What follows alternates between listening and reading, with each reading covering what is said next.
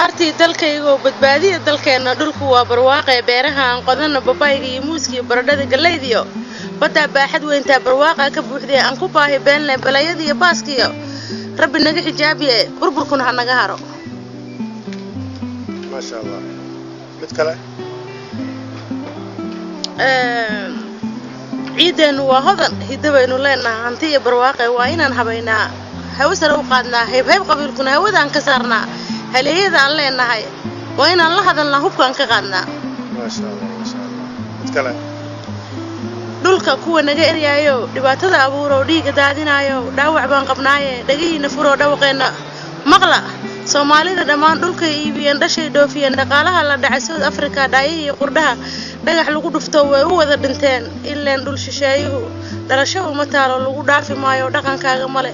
alla dhuuxiyo lafaha dhiigay hureena dhaqaajiyay dhaxalaan bahay dhulka hooyada dhambalaha dhignay dhasha noo korshayso malaay ما شاء الله ما شاء الله والنعيم عسير oo tirisay tixyo gabay ah xildhibaan نعيم عسير waad maadsan tahay adiga mudan walaalkay haddana waa tix cusub oo xildhibaan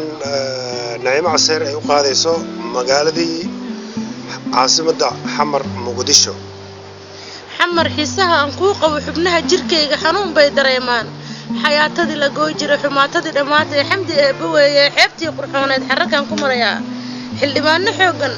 xibin u xeelta maxaaladihiina soo maray xaal weyn ka bixiyo xaqa dhowraya yimid